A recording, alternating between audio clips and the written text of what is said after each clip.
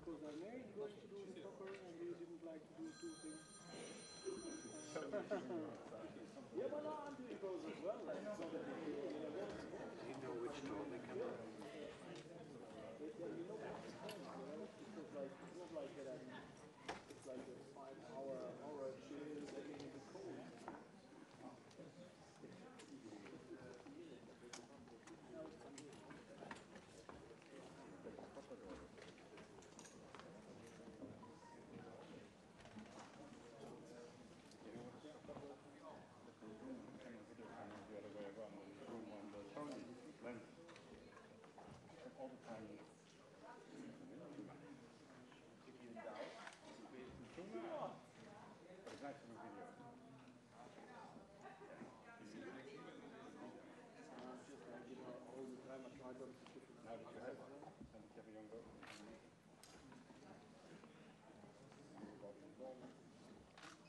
In the end, it's all about size matters.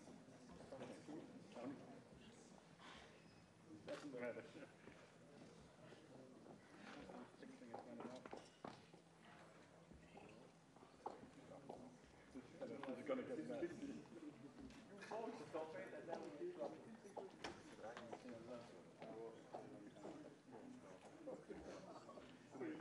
It's a big length. What size matter? I'm going to say that. Yes. Then Bloomberg goes, I did try to calm him down. No, we did. Yeah, it wasn't him. Who? This guy.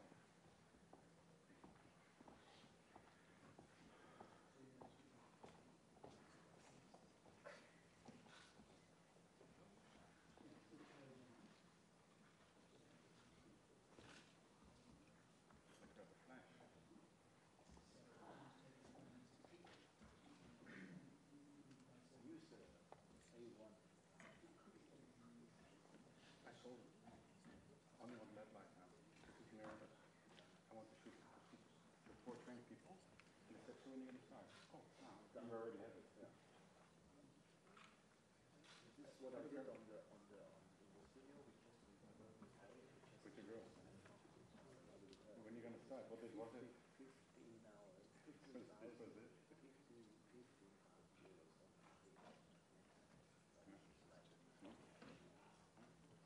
Can we discuss it? Whether we're going to go to Chinese?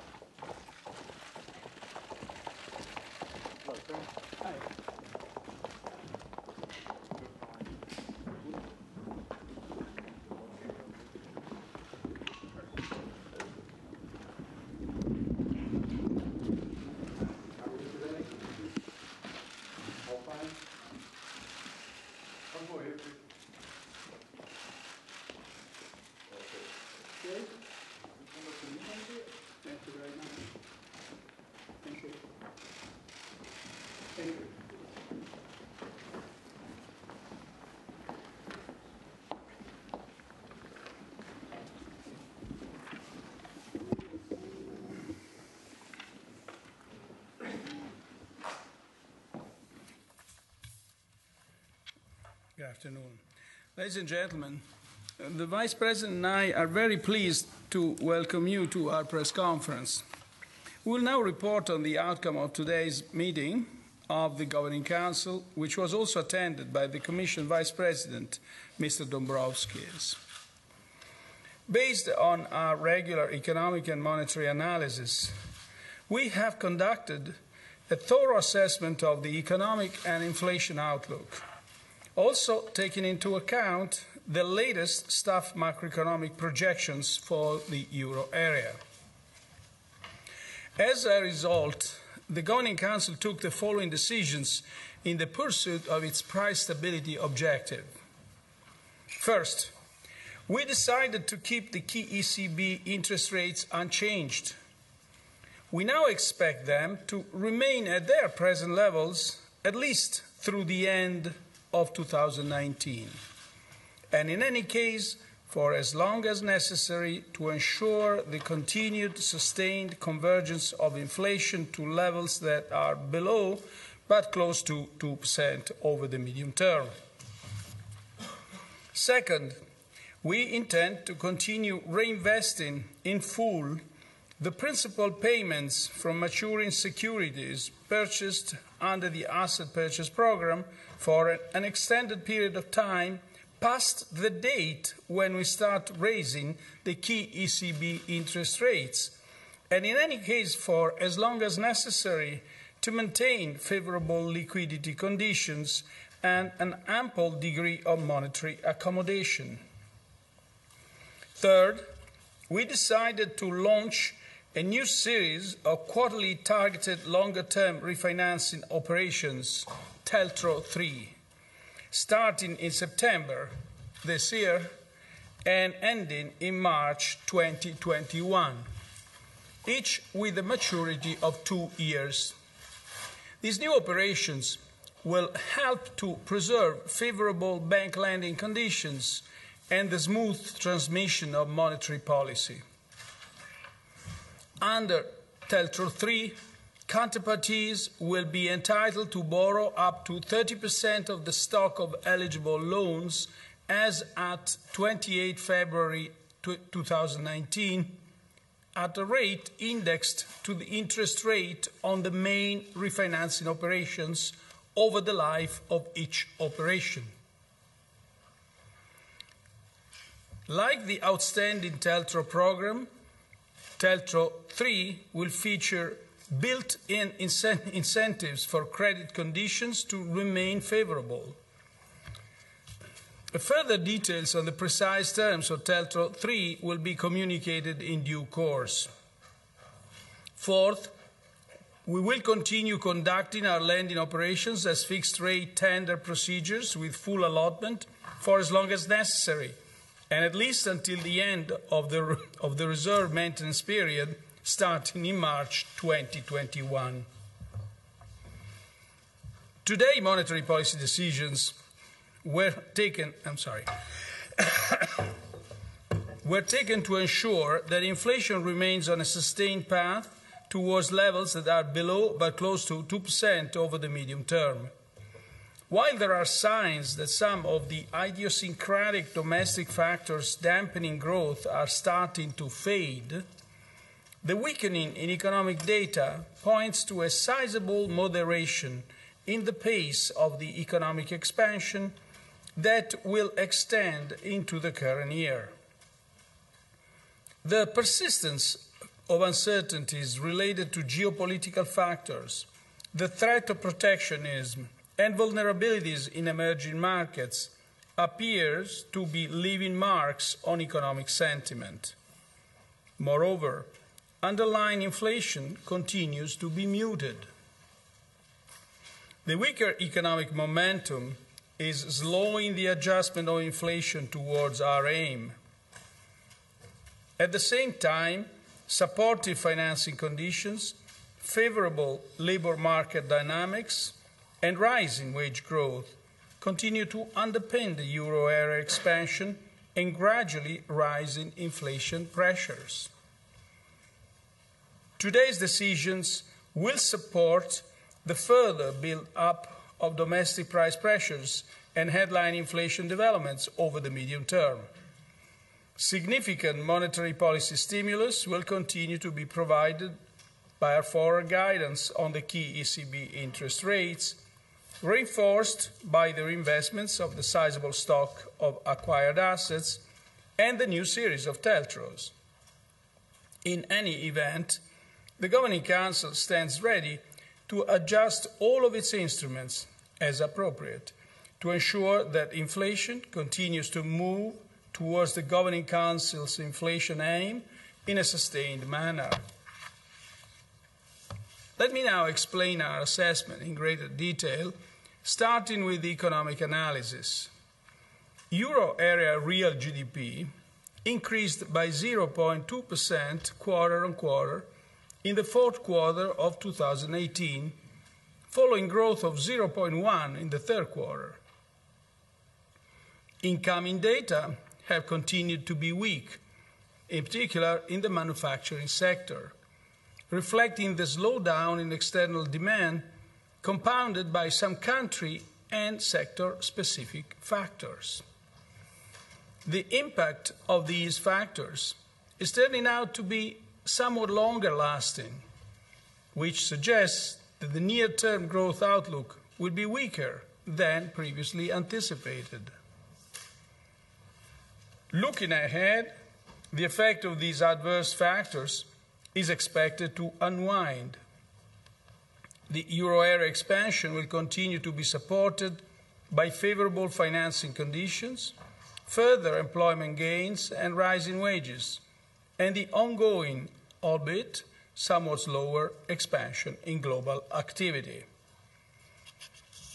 This assessment is broadly reflected in the March 2019 ECB staff macroeconomic projections for the euro area.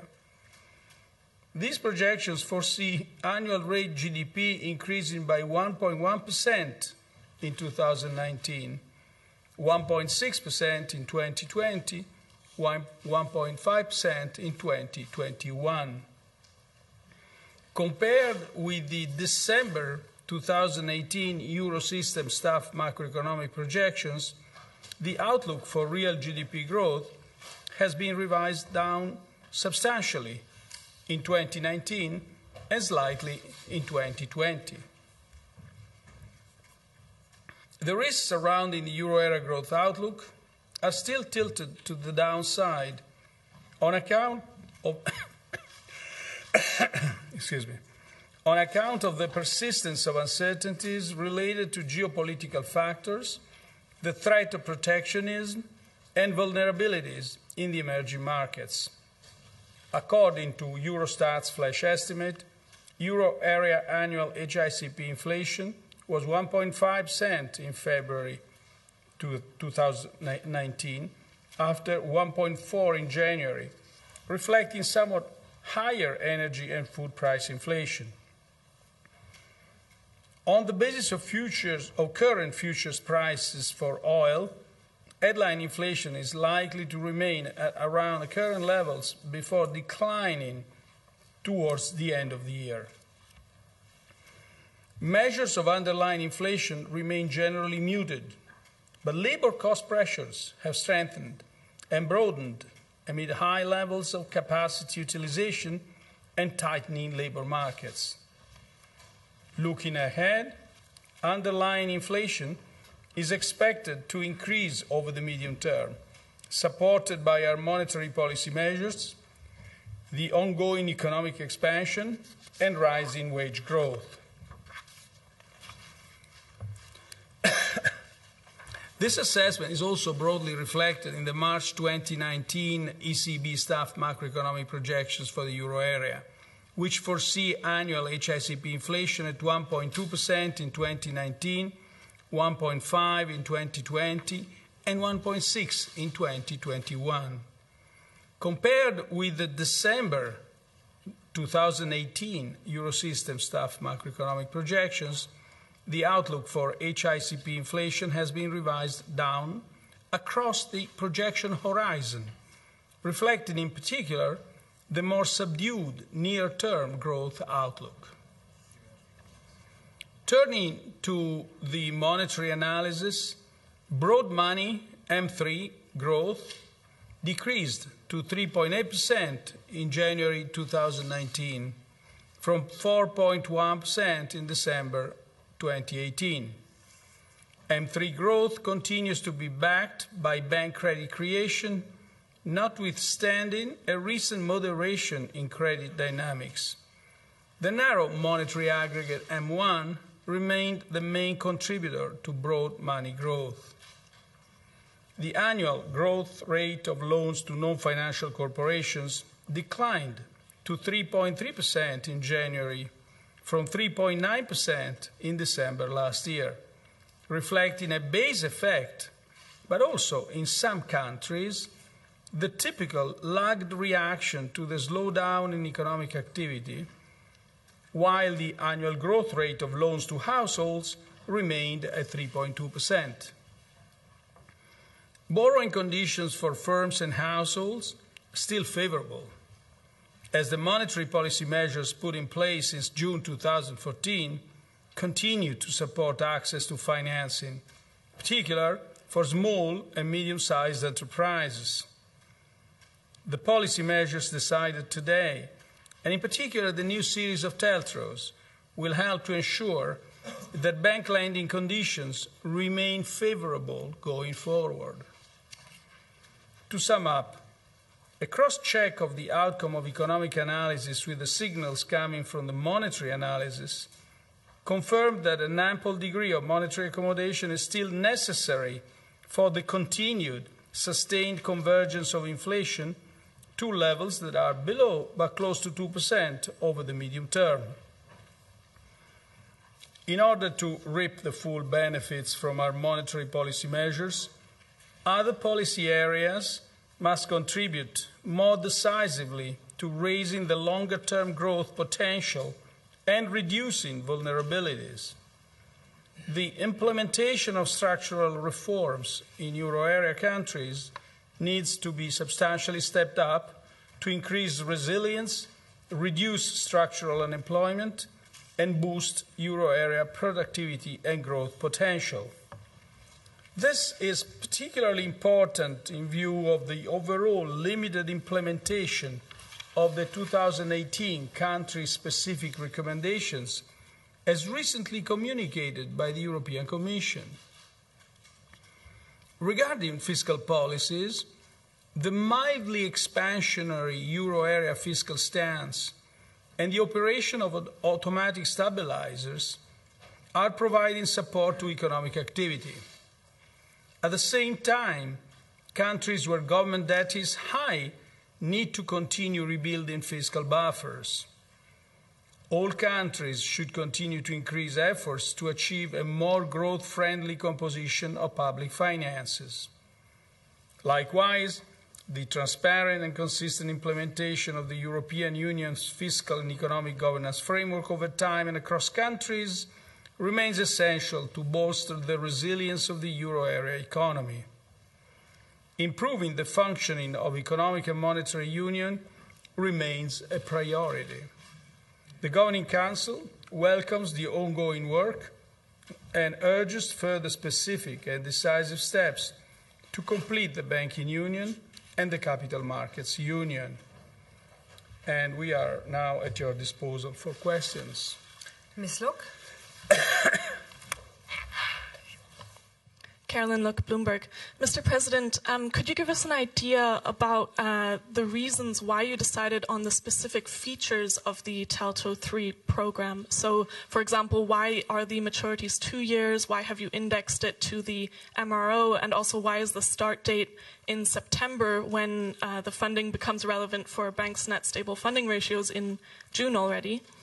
And my second question is what you would like to achieve with this program. So are you trying to keep the size of the balance sheet stable, or are you trying to add extra accommodation? Thank you. Thank you. The design of the TLTRO responds to a variety of objectives, but the key one is the key objective derives from how the situation of bank funding looks like over the next few years. In the coming years, we will have a congestion for bank funding caused by, obviously, some the coming to maturity of the existing TLTROs, the coming to maturity of a sizable amount of bank bonds, various regulatory compliances. And so the TLTROs, as it's been said in the introductory statement, preserve favorable bank lending conditions and the smooth transmission of monetary policy. Now, the precise design, whether it's 2 instead of 4, do reflect the changed conditions we have today. Now, further details, especially on the pricing and other details, will get to be known in due time. Now, on the second question, really addresses the substance of today's meeting. So let me give you a kind of a broad account of how this meeting unfolded, and in so doing, I'm pretty sure I'll respond to some of the questions you intend to ask. So first of all, the decisions. It's 4 sets of decisions. We moved the calendar-based part of our forward guidance from September to December. The second, we confirmed the reinvestment in full of the principal payments from maturing securities. Now, you understand now the importance of the chain element in our monetary policy. Having moved the calendar-based, so does the expected, or whatever the horizon is going to be over during which the purchases will take place to keep the stock unchanged. So you see this added accommodation. So to answer your question, as a matter of fact, you asked me whether this is adding accommodation. The financing conditions have been, well, monetary policy has been very accommodative, but also financing conditions, as a matter of fact, have even eased since our last meeting. And this is also partly due to the structure of our forward guidance, so that expected interest rates have gone down since the last meeting, and especially at the end of last year as well. So then we have the third element is the targeted longer-term refinancing operations that we've just discussed. And then we have the fixed-rate tender procedures with full allotment for as long as necessary, at least until the end of the reserve maintenance period starting in March 2021. Now, what are the features of all these measures? First of all, they are data-driven. These are decisions that have been taken following a significant downward revision of the forecast by our staff. Second, you've seen and you just heard me saying that optionality is reiterated in all instances, which means that the Governing Council is both willing and committed to act when, if needed, amplifying the use of these instruments based on the data. And third is what I just said, is that all this takes place in an environment where monetary policy accommodation is already very substantial. Second point is, how did we get to take these decisions? And the answer here is that they were unanimous. There was unanimity. And I think, given the complexity of the package, I think this is a very, very positive sign for the cohesiveness of the Governing Council and of our deliberations. Third, what is the general context in which these decisions have taken place? Well, we're coming, and maybe we still are, in a period of continued weakness and pervasive uncertainty. And that's why the forecast has been revised downward quite significantly.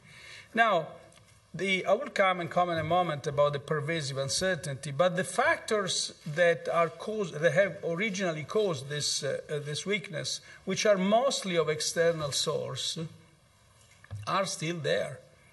And so the uncertainty is partly related to how long these factors will continue affecting the world economy, the Eurozone economy, and confidence more generally. And there are two observations to make about the assessment of the outlook. First, the Governing Council expressed confidence. All members expressed confidence in the baseline, which means that we assess the probabilities of a recession as being very low, as well as the probabilities of a de-anchoring of inflation expectations are indeed very low in our assessment. What are the reasons? Well, the reasons are the same that underpin the strength of our economy in our previous meetings, namely nominal wage growth continues, the labor market, though at a kind of slower rate, but continues to improve. Consumption remains by and large in good shape. Monetary policy remains accommodative and now is even more accommodative. And financing conditions, as I said, have eased up. They were already very easy and they eased up further. And there is a second factor that we've taken into account in maintaining this confidence, is that it's true that these external factors continue to be hanging on, continue to be waning on the Eurozone economy. But it's also true that governments are responding in their respective jurisdictions with policies that are addressing these problems in US, in China. The second point to be kept in mind is that you've seen that the revision of the inflation path will basically says one thing. We have confidence that we'll converge, but we also, at this point in time, think that it's going to take longer to get there. So, and why is it going to take longer? Well, the weaker growth probably will further slow down the pass-through from higher nominal wages to higher price, higher inflation, and possibly also slow down the closure of the, will also slow down the output gap. In other words, the output gap now is closing. So these two reasons are important to be kept in mind. Now, the other important part of today's decision is that we maintained the risk assessment as tilted to the downside. This isn't frequent because we usually say when we take some policy actions, the risks get back into balance. But it's happened on other occasions in the past, but not frequently. And why is that? Well, because we are aware that our decisions certainly increase the resilience of this Eurozone economy, but can they address these factors that are weighing on the Eurozone economy in the rest of the world? They cannot. So the threat of protectionism is one factor. Geopolitical considerations also related to whatever happens about the United Kingdom Brexit, or United Kingdom exiting or not exiting, or in the forms in which they will exit from the European Union. So the emerging market vulnerabilities, what's happening in China. We know that the Chinese government has reacted, the US government has, the monetary policy has changed, but for example, in US, we have to take into account that there is going to be a waning effect of the fiscal package. So a slowdown is projected there all over. So basically our actions increase the resilience of the Eurozone economy. And And so make us confident, keep us confident that convergence to a sustainable rate of inflation, our objective, will happen. Thank you. Ms. Weisbach?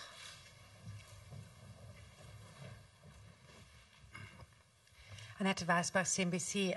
Can I ask you about what you said a little bit earlier, that you're standing ready to adjust all of your instruments available? Does that also include the net asset purchase program? Could you revive it in case the economy is not going any way better and the inflation outlook is going to worsen? And then I have a question on the underlying assumption of your growth and inflation estimates. Is the underlying assumption that the US and China will come to an agreement on trade or not? Thank you. The answer to the second question is that our projections take into account the protectionist measures that have already been implemented, but they don't project an assessment of future measures or of how the current negotiation will actually end. Your first question is, well, you've seen optionalities everywhere. Now the issue is whether we see contingencies that would justify the use of certain instruments or instead of others. And I don't want to speculate at this point in time. At this point in time, we've just taken all these decisions, and we think they are the right decisions and the adequate decisions to be taken at this point in time. But let me add one thing. We didn't tighten when we stopped purchasing the net asset, when we stopped the net asset purchase program. We didn't tighten monetary policy, contrary to what some of you say. I'm not even sure it's one of you, but I mean, just it's been said. We didn't tighten at all. We continue.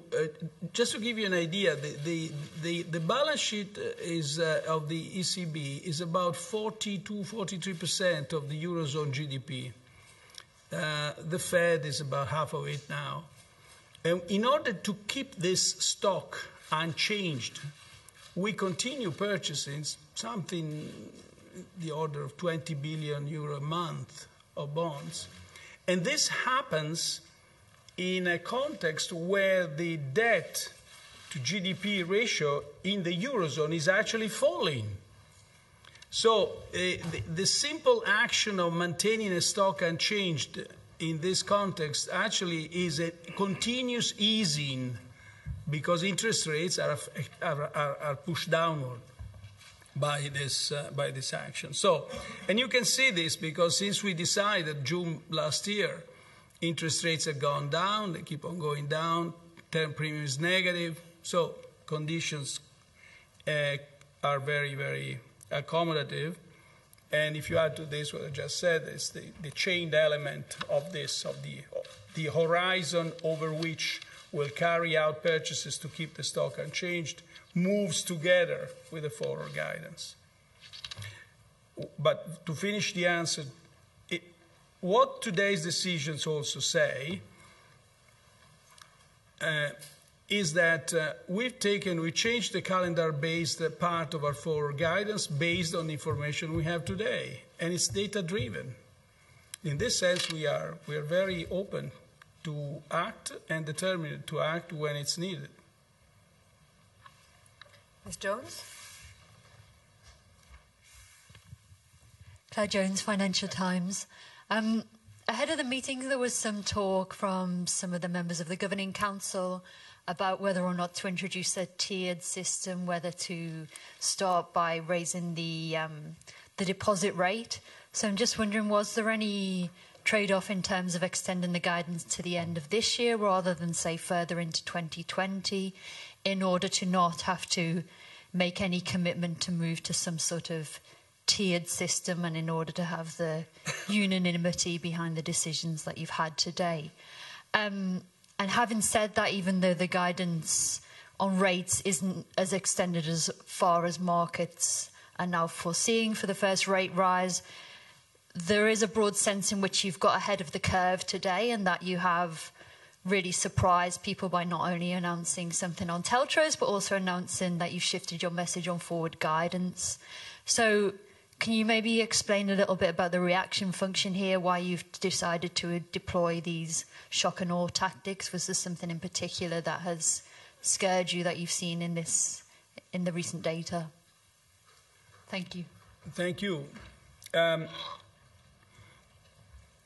Several members of the Governing Council presented the option of changing the calendar date of the forward guidance to March next year. In a way, that was an option. It was, and other members discussed what the consequence of a protracted period of time with negative rates, so lower or low for longer, could imply for banks. But there was no trade-off between the two. There was no trade-off. And in the end, we converged on a package that basically reflected the views of all the members of the Governing Council. And I think that's what I... now, the second part of your question is whether... Well, markets have pretty well understood our reaction function. And so in placing the expected date of the lift in the DFR sometime in 2019, before it was later, now it's moved back. And so the change in the calendar part, in the date of our forward guidance, becomes necessary when you kind of want to give credibility. Because clearly, if you have expectations, market expectations, which are far away from the foreseen date of the guidance, then, of course, credibility becomes an issue. In this sense, I think we've, if anything, enhanced the credibility of the forward guidance with today's decision. Mr. Korani? Thank you. Balázs Korányi from Reuters. In your statement, you said there will be some incentives built into the TLTROs. I'd like to find out a bit more about this. What kind of incentives? And is the MRO the lowest rate banks could pay, or do the incentives take it lower, possibly? The second question is about the supervisory board. And I'm curious why you left 3 positions vacant. A 4th one is going to be vacant very soon. Why are you not picking people to the supervisory board? What's the benefit of depleting the supervisory board? Thank you. The first question is really, I can't say more than I said in the introductory statement.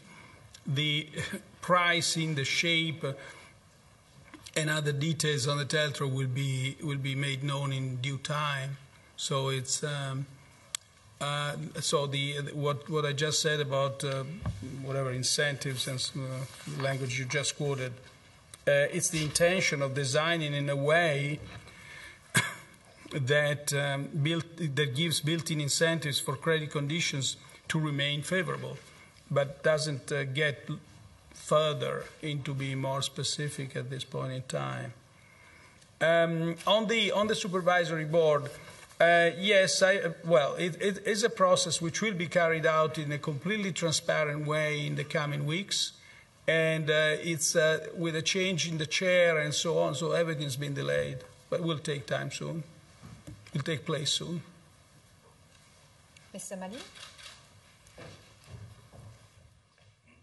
Jan Malin, Handelsblatt. I have one question on the timing. Markets were quite surprised about your decisions today. Why did you decide to act now? Because many people have argued before the meeting that there's such a high uncertainty and that it would be maybe better to wait to see how if this uncertainties materialize or not. And my second question is on your forward guidance. You kept the state contingent part and the time contingent part. why have you kept the time contingent part? Because you also said it could be pushed further ahead, and would it not give you more flexibility to just have the state contingent part? Thank you. Thank you. The presence of well, the two things were present: pervasive uncertainty, but also a definite worsening in the projections. So the fact that the climate has become more uncertain doesn't mean that one has to stay put. So you just do what you think is right. You temper, however, what you're doing with the consideration there is uncertainty. So in other words, in a dark room, you move with tiny steps. You don't run, but you do move. Or said in other words, you try to be proactive rather than reactive to contingencies, because for a variety of reasons the situation can then unfold in an unforeseen and unwanted way. So that's the answer to the first question. The second question, our forward guide has been designed with two legs, the state and the time, and both of them reinforce each other. Both of them give credibility to each other. To have a state only is kind of, as you said, perhaps gives more flexibility, but at the same time, being vaguer is less effective. Thank you. Mr. Stumpf? Hi, Andres Stumpf from Expansión.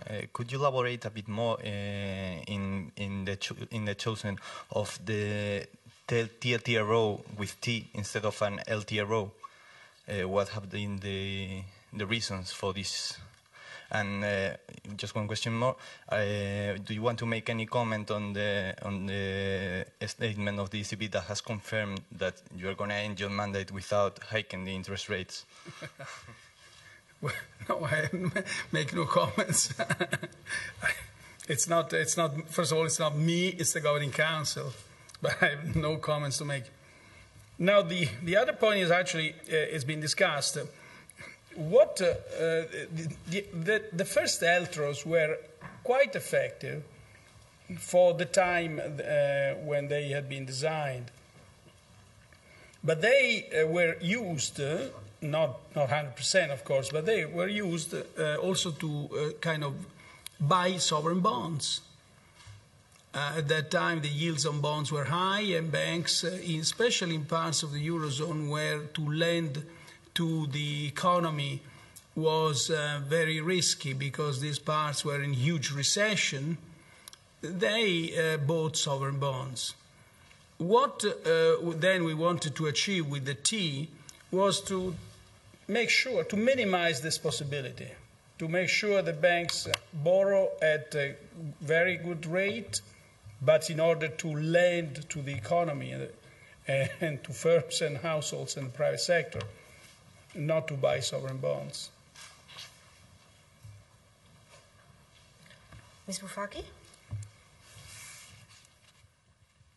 Isabella Boufaki from Sole 24 Ore. I have two questions, Mr. President. One is on markets that have been surprised, and actually I think, have also been surprised by these moves, bold moves on an accommodation that was already very ample. Is your message not only to the markets but also to European governments? Is Europe, do you view, reacting as you are reacting in a bold manner to the deterioration of the economy? And I know there is a lot on the plate, so I don't want to go too far on the toolbox of others, but I've seen that Philip Lane now is confirmed as new executive board member, and he's also linked to a project of safe assets. And do you feel that the ECB has enough in its toolbox? Do you feel that Europe has enough in its toolbox as well? Thank you. Well, thank you.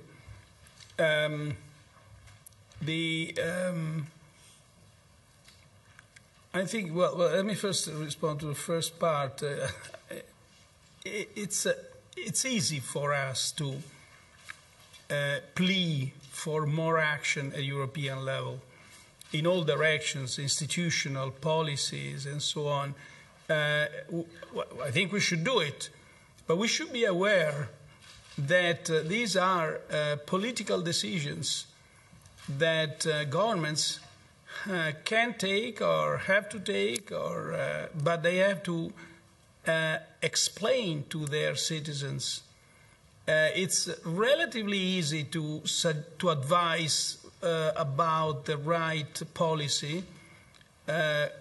Much more difficult it is to implement it in a democratic society, of course. So I think certainly I've said many times the European construction is still fragile. The completion of the monetary union is essential. The completion of the banking union is essential. Capital market union are all essential things. And by the way, some of these things are very, very close to be implemented because much of this has been agreed. And the remaining differences don't seem to be of an order of magnitude that could stop the whole process. So when the political contingencies, when the political stars will align, I'm absolutely confident that we'll see fast progress on all these fronts. Now, Philip Lane is an excellent acquisition for the ECB, but we are not going to ask him about this Eurobond thing. The Eurobond is, again, it's not something that the ECB can force or just decide about. Again, it's an inherently political decision. And of course, this doesn't detract at all from the argument that it's absolutely rational to have a safe asset at European level. It's fundamental. But one thing is to say it's fundamental, another thing is to decide and defend this decision in front of your citizens, which may have different views about that from the ECB. Mr. Rasch?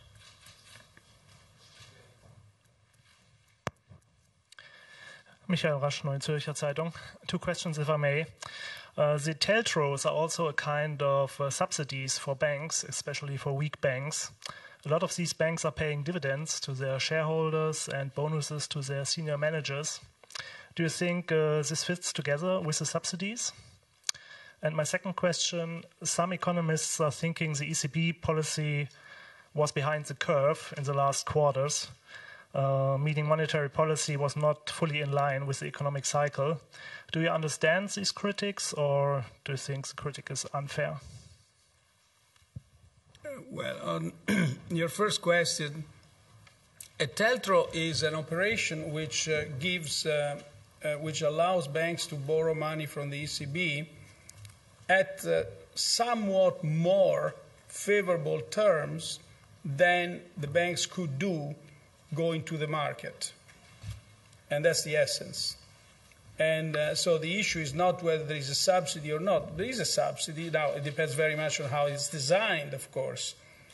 If there were no subsidies, then nobody would take up the TLTROs.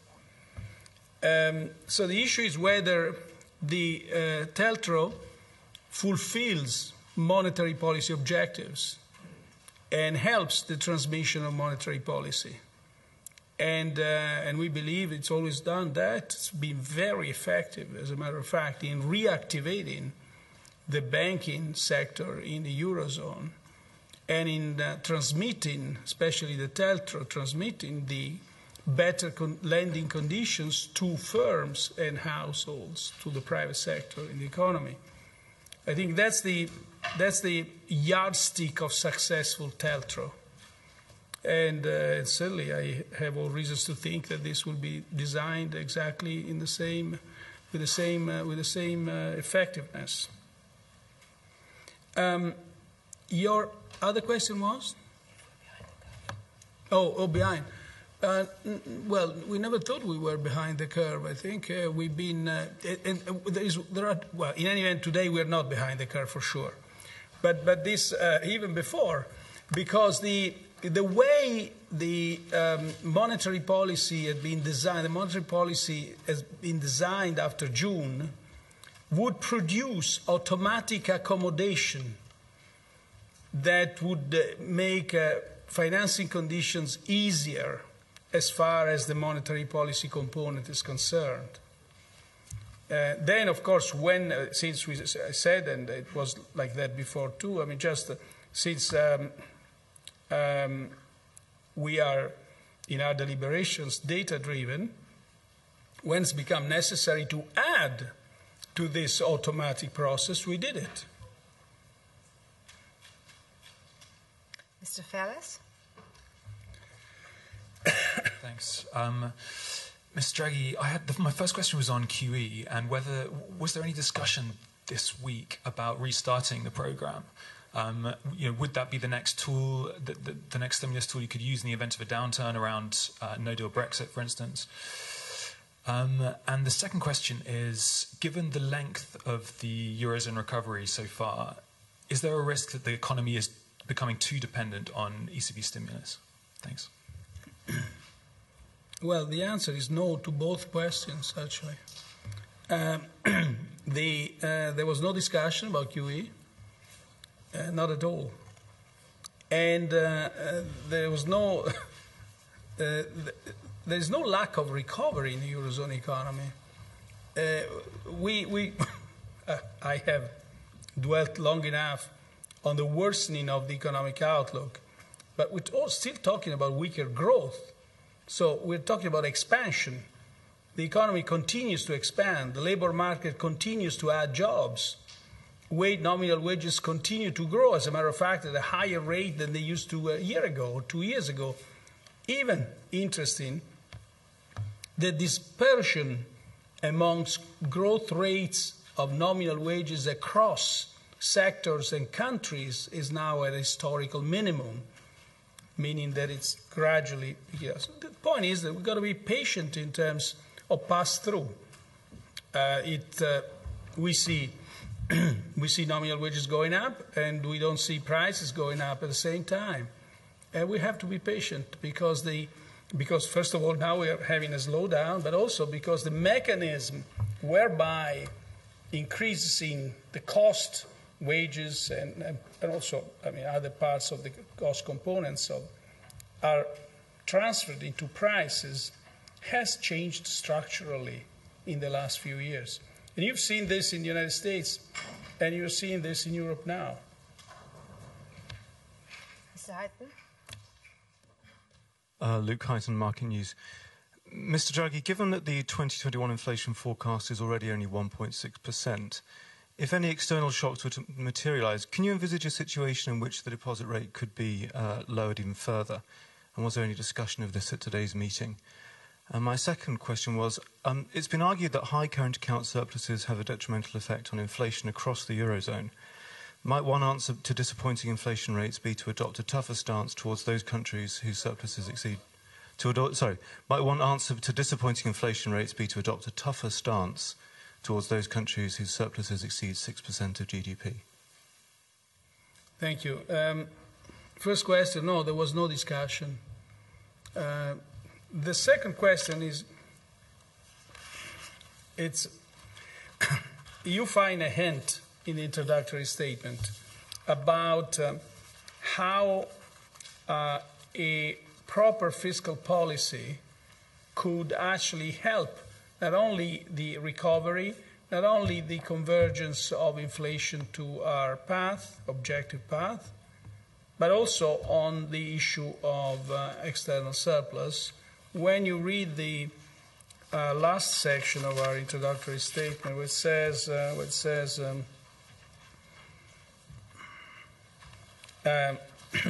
says that basically the implementation of the country-specific recommendations as recently communicated by the European Commission has been scant or not much at best.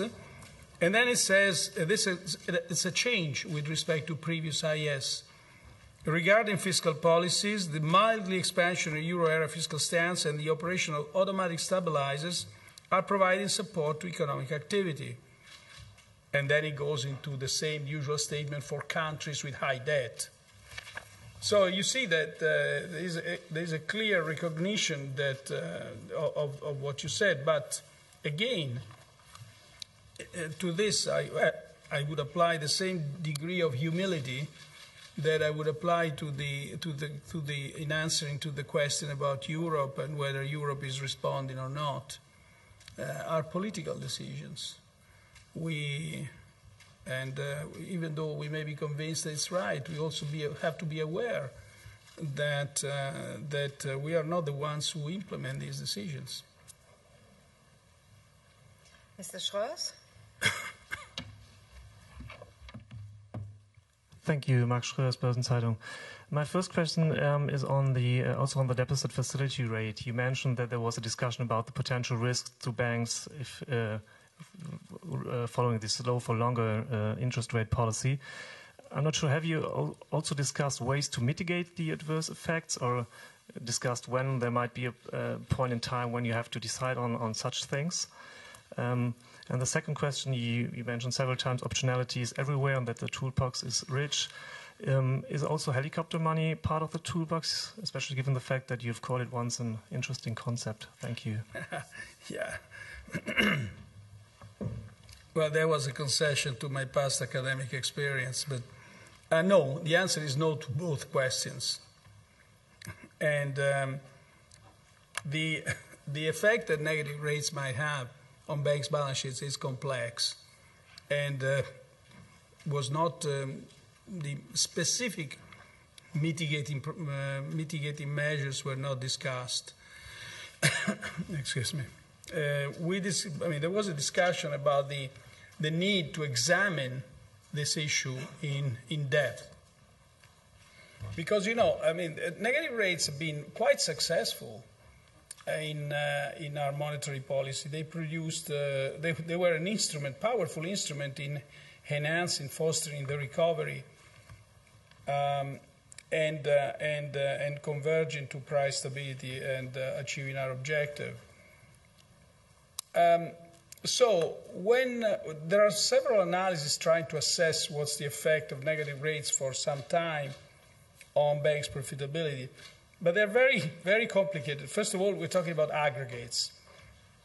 Now, the way in which a negative rate affects the bank's profitability depends very much on what business model the bank has.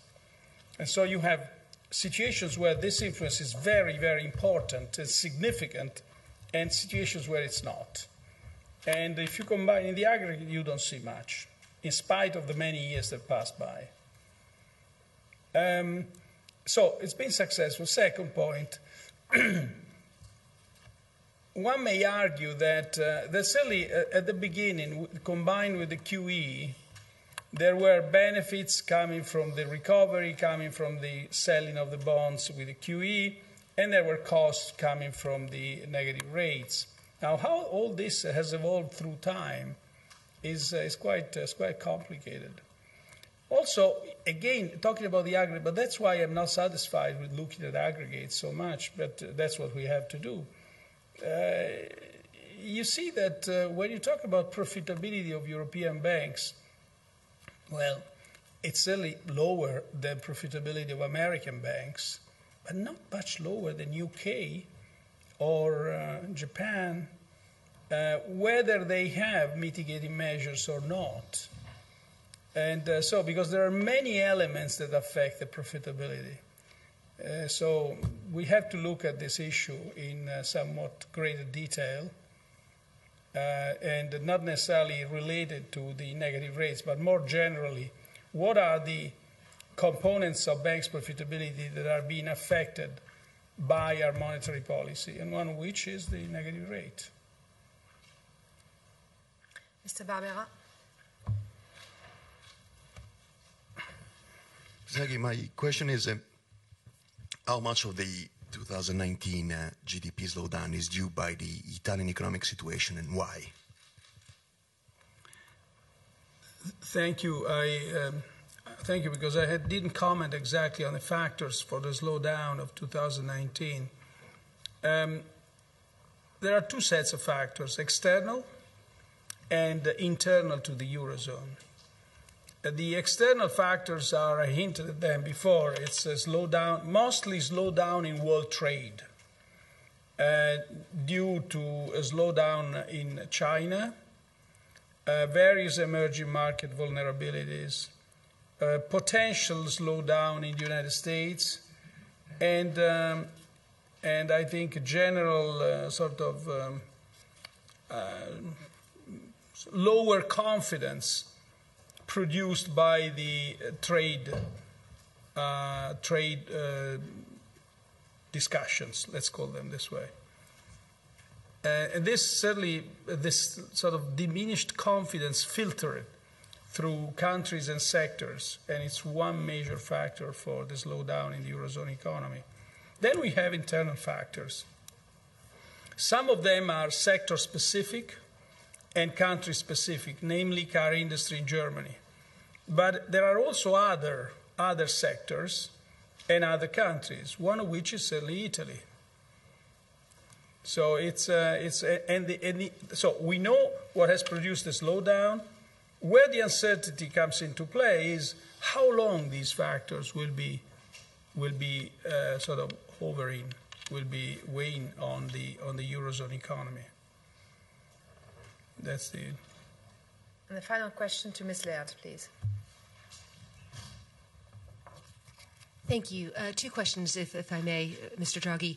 The first is a follow-on question to the gentleman to my left. Are there any other regions or industries that you think are particularly vulnerable that you may be keeping an eye on? The second question is, do you have any concern that equity markets are a little bit more concerned about a recession than you may be? And I say that because I'm looking at the equities that are doing well. They're very defensive stocks, cyclical stocks.